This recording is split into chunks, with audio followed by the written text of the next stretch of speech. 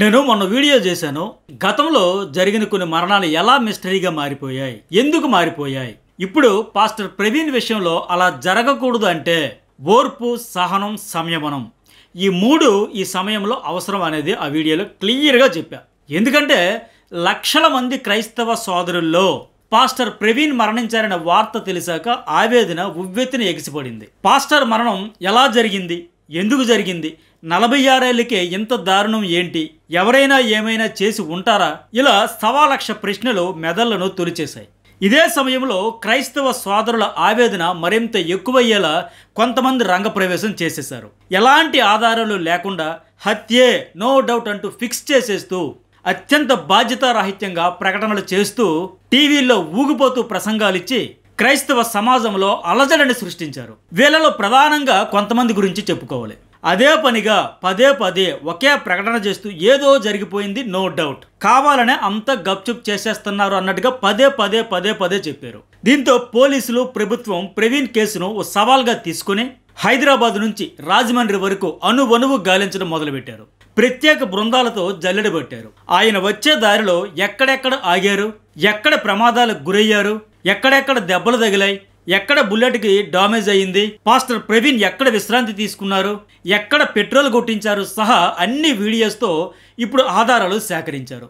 ఈ ఆధారాలన్నీ చూశాక ప్రవీణ్ ప్రమాదవశాత్తు పడిపోవడం వల్లే సంఘటన జరిగి ఉంటుందనేది ఆ దిశగా అందరి ఆలోచనలు సాగుతున్నాయి. అయినా పోలీసులు మాత్రం ఏ చిన్న అవకాశాన్ని కూడా దర్యాప్తులో పక్కదారి పట్టింది అనే అపవాదు ఉండకూడదని ఇప్పటికీ అనుమానాస్పద మృతిగానే కేసు విచారణ కంటిన్యూ చేస్తూ ఉన్నారు.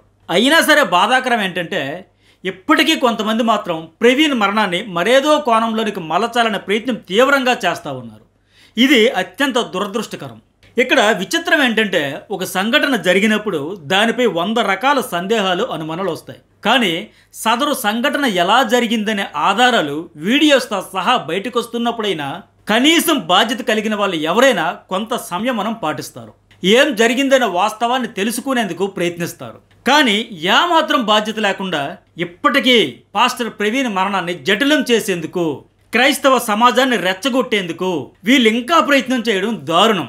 ఇంకా చెప్పాలంటే పాశవికం కూడా. ఎందుకంటే ప్రవీణ్ మరణాన్ని మతాలకు ముడిపెట్టి వివాదం చేయాలనే ప్రయత్నం కూడా ఆరంభంలోనే స్పష్టంగా కనిపించింది. సరే, ఆరంభంలో అంటే ఏమీ తెలియని ఆవేదనలో చేశారంటే ఓకే, కానీ అంతా తెలిసాక ఇప్పటికీ కొందరు రాజకీయ నిరుద్యోగులు పదే వివాదాన్ని సృష్టించాలని చూడడం క్షమించరానిదే. నిజంగా ఆయన మరణం ఎలా సంభవించింది అనే నిజాన్ని నిగ్గుదేల్చి ప్రమాదవశాత్తు జరిగితే దురదృష్టమని భావించడం, లేదు ఎవరైనా ఏదైనా చేసుంటే వాళ్ళని కఠినంగా శిక్షించడం, ఈ రెండే జరగాలి. కానీ ఈ రెండింటితో సంబంధం లేకుండా సమాజంలో అలజడి సృష్టించేలా ప్రకటనలు గుప్పించడం చాలా పెద్ద పొరపాటు. పైగా పోలీసులు ఇన్ని ఆధారాలు, వీడియోలు సేకరించి మరి పక్కగా ప్రూఫ్స్తో మాట్లాడుతున్నారు కదా. మీ దగ్గర ఒక్క ఆధారమైనా ఉందా అంటే మేమేమే బెబ్బెబ్బే అంటున్నారు తప్ప ఇదిగో మా దగ్గర ఈ ఆధారం ఉంది అని ఎవరైనా చూపిస్తున్నారా? పైగా కావాలనే ఈ వీడియోలన్నీ వదులుతూ ప్రవీణ్పై వ్యక్తిత్వ హననం చేస్తున్నారంటూ ఒక పెద్ద మనిషి అనడం చూస్తే ఎందుకు అలా చేయాల్సి వస్తుంది? ఈయన పదే ఏదో జరిగిపోయింది ఫిక్స్ అంటూ ప్రకటించడంతో పోలీసులు సైతం డిఫెన్స్లో పడాల్సి వస్తుంది. అసలు జరిగింది ఇది, మీరు వక్రీకరిస్తున్నది ఇది అని చెప్పడానికి వాళ్ళు ఆధారాలను విడుదల చేయాల్సి వస్తుంది.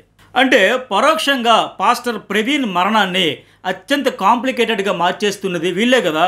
ఆయనది యాక్సిడెంట్ అని ఇన్ని ఆధారాలు కనిపిస్తున్నా సరే లేదు ఇంకేదో జరిగిపోయిందని చెప్పి అత్యంత కాంప్లికేటెడ్గా మార్చేస్తున్నది వీళ్ళే కదా. పోలీస్ విచారణ మొత్తం పూర్తయ్యాక ఏం జరిగిందో వాళ్ళు చెప్పే వరకైనా నోటికొచ్చిన ప్రకటనలు గుప్పించడం ఆపొచ్చు కదా. ఎందుకు ఆపడం లేదు? ఇంట్లో కూర్చొని ఇలా జరిగిపోయింది అలా జరిగిపోయిందని వీళ్ళు మాట్లాడుతుంటే రియల్గా ఫీల్డ్లో ఉండి వాస్తవాలను సేకరిస్తున్న పోలీసులు ఆధారాలను విడుదల చేయకుండా ఉంటారా? వాళ్ళు కావాలనే క్రైస్తవ సోదరులను రెచ్చగొట్టే వ్యాఖ్యలు చేస్తున్నారు అనేది సమాజానికి తెలియజేయాల్సిన బాధ్యత పోలీసులపై ఉంది కదా. వాళ్ళు అదే చేస్తున్నారు. పైగా ఇప్పుడు ఏపీ ప్రభుత్వానికి ఈ ప్రవీణ్ కేసు సవాల్గా మారడంతో దర్యాప్తు మామూలుగా జరగట్లా. హైదరాబాద్లో పాస్టర్ బయలుదేరినప్పటి నుంచి విజయవాడకు చేరడం, అక్కడ ఆగడం, తర్వాత మళ్ళీ బయలుదేరి వెళ్ళడం, సంఘటన జరిగిన స్థలం వరకు మొత్తం 300 సీసీ కెమెరాల ఫుటేజీ సేకరించారు. ఆయన ఎక్కడెక్కడ ఆగారో, బైక్కు పెట్రోల్ సహా ఇంకేం కొన్నారు అనేది కూడా ఆయన బ్యాంకు ఖాతాల ఆధారంగా పే చేసిన బిల్లులకు సంబంధించిన ఆన్లైన్ ట్రాన్సాక్షన్, యూపీఐ బిల్లులు కూడా సేకరించారు. ఫస్ట్ ప్రవీణ్ మలుపు తిరుగుతూ జాతీయ రహదారిపై పడిపోయినప్పుడు వీడియో కూడా ఇప్పుడు సేకరించారు. అదే వీడియో వైరల్ అవుతోంది. ఎట్లా పడిపోయారనేది కళ్ళ ముందు క్లియర్గా కనిపిస్తూ ఉంది. ఆ స్పాట్లో ఆయనకు ఫస్ట్ ఎయిడ్ చేసిన నేషనల్ హైవే వైద్య సిబ్బంది ప్రత్యక్ష సాక్షులుగా ఉన్నారు. వాళ్ళ వాంగ్మూలం కూడా తీసుకున్నారు. సరిగ్గా సాయంత్రం 3:52 సమయంలో కేసరా టోల్ గేట్ వద్ద ఓవర్ స్పీడ్తో పడిపోయారు. అక్కడే నేషనల్ హైవే సిబ్బంది ఫస్ట్ ఎయిడ్ చేశారు. మాస్క్ హెల్మెట్ తీయమన్నా ఆయన తీయలేదు. ఇక్కడే బుల్లెట్ లైట్ పగిలింది. పడిన చోట అంతెత్తున దుమ్ములేస్తున్న విజువల్స్ కూడా సీసీటీవీలో రికార్డ్ అయ్యాయి. ఇదే మాదిరిగా ఆయన చనిపోయిన చోట కూడా దుమ్ము పెద్ద ఎత్తున పైకి లేచింది. అదే ఆ స్పాట్ దగ్గరలో ఉన్న పెట్రోల్ బంక్ సీసీ కెమెరాలో రికార్డ్ అయ్యింది. అలాగే కేసర్ తర్వాత విజయవాడకు చేరుకున్న ప్రవీణ్ సాయంత్రం 4:45 సమయంలో గొల్లపూడి సమీపంలోని పెట్రోల్ బంకులో 8 లీటర్ల పెట్రోల్ కొట్టించుకున్నప్పుడు అక్కడ జరిగిన విషయాలను ఆ సిబ్బందితో మాట్లాడి వాళ్ళ వాంగ్మూలం తీసుకున్నారు. ఆ 8 లీటర్ల పెట్రోల్కు 1 లీటర్కి ఎంత చొప్పున లెక్కలు వేసి మరి ఆయన పే చేసిన బిల్లు కూడా ఆన్లైన్ ట్రాన్సాక్షన్ కావడంతో అది కూడా ఒక కీలక ఆధారంగా తీసుకున్నారు. ఇప్పుడు తర్వాత గొల్లపూడి నుంచి విజయవాడ నగరం దాటి శివార్లలో రామవరప్పాడు దగ్గర మరోసారి బైక్ అదుపు తప్పి సాయంత్రం 5:20 సమయంలో పడిపోవడంతో అక్కడ స్థానికులు ఆయన లేపి కూర్చోబెట్టారు పక్కన. అక్కడే విధుల్లో ఉన్న విజయవాడ ట్రాఫిక్ ఎస్ఐ సుబ్బారావు వచ్చి అతను తీసుకెళ్లి పక్కనే ఉన్న చిన్న పార్కులో కూర్చోబెట్టారు. అక్కడే విశ్రాంతి తీసుకోమంటే రాత్రి 8 గంటల వరకు ప్రవీణ్ అక్కడే రెస్ట్ తీసుకున్నారు. ఆ సమయంలో ఆయన కళ్ళజోడు కూడా ఒక అద్దం విరిగిపోయి బైక్ హెడ్లైట్ ఊడిపోయి వేలాడుతూ కనిపించింది. రాత్రి 8 గంటల సమయంలో ప్రవీణ్ నిద్ర లేవడంతో సదర్ ఎస్ఐ సుబ్బారావే వచ్చి పక్కనే ఉన్న టీ కొట్టు దగ్గరికి తీసుకెళ్లారు. వాటర్ ఇస్తే మొహం కడుక్కున్నారు. టీ తాగమంటే కాస్త టీ తాగారు. మళ్ళీ రాజమండ్రికి వెళ్ళిపోతారంటే లైట్ లేకుండా రాత్రి వేళ ప్రమాదం వద్దు, ఆగండి, ఈ నైట్ ఇక్కడే హోటల్లో రెస్ట్ తీసుకొని మార్నింగ్ వెళ్ళండి అని అక్కడ ఎస్ఐతో పాటు ఆ టీ మాస్టర్ కూడా చెప్పడం జరిగింది. క్లియర్గా వాళ్ళు ఏం జరిగిందనేది కళ్ళకు కట్టినట్టుగా చెబుతా ఉన్నారు. చాలా నీరసంగా ఉన్నారు, వద్దంటూ తాను చెప్పానంటూ ఆ టీ కొట్టు కుర్రాడు టీ మాస్టర్ నాగార్జున పోలీసులకు చెప్పాడు. ఓవైపు ట్రాఫిక్ ఎస్ఐ, మరోవైపు ఆ టీ మాస్టర్ నాగార్జున వాళ్ళిద్దరు ఇచ్చిన వాంగ్మూలం కూడా పోలీసులు ఇప్పుడు రికార్డు చేశారు.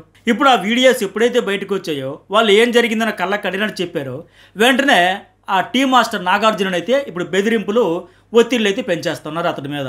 మరి వాళ్ళు చూసింది ప్రత్యక్ష సాక్షులుగా వాళ్ళు చూసింది చెబుతా ఉంటే వాళ్ళ దగ్గరికి పోయి బెదిరింపులు చేస్తూ ఉంటే ఒత్తిళ్ళు పెంచుతూ ఉంటే అంటే సాక్షులు కూడా బయటికి రాకూడదా? మీ దగ్గర ఏదైనా ఆధారం ఉంటే ఇవ్వండి అని పోలీసులు అడుగుతూ ఉంటే ఒక్క ఆధారం కూడా సమర్పించలేకపోతూ ఉన్నారు.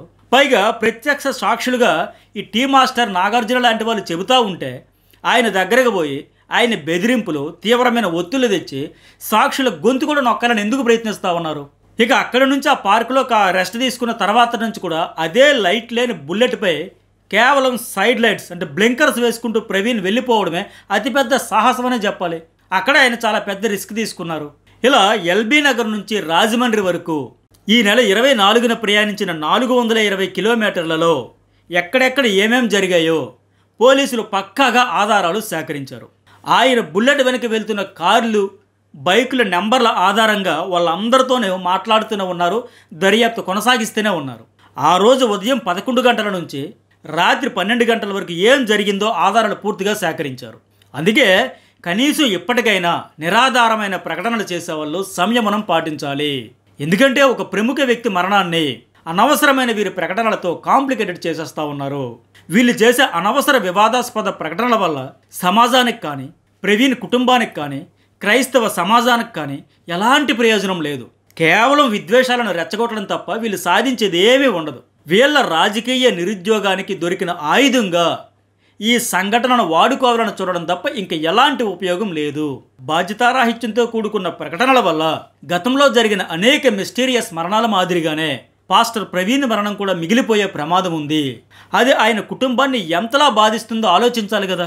ఎందుకంటే పోలీసులు ఒకవైపు నిజాలను నిగ్గుదేలుస్తుంటే, ఆధారాలు చూపిస్తూ ఉంటే, వీళ్ళు వాటిని మరోవైపు తప్పుపడుతూ నీరుగారుస్తూ అది కాదు, అంతకుమించి ఇంకేదో జరిగిందంటూ ప్రకటనలు గుప్పిస్తుంటే నిజంగా ఈ కేసు చిక్కుముడిని పోలీసులు విప్పినా అది నిజమో కాదో అనే అయోమయాన్ని వీళ్ళు సృష్టించడం అత్యంత దారుణం.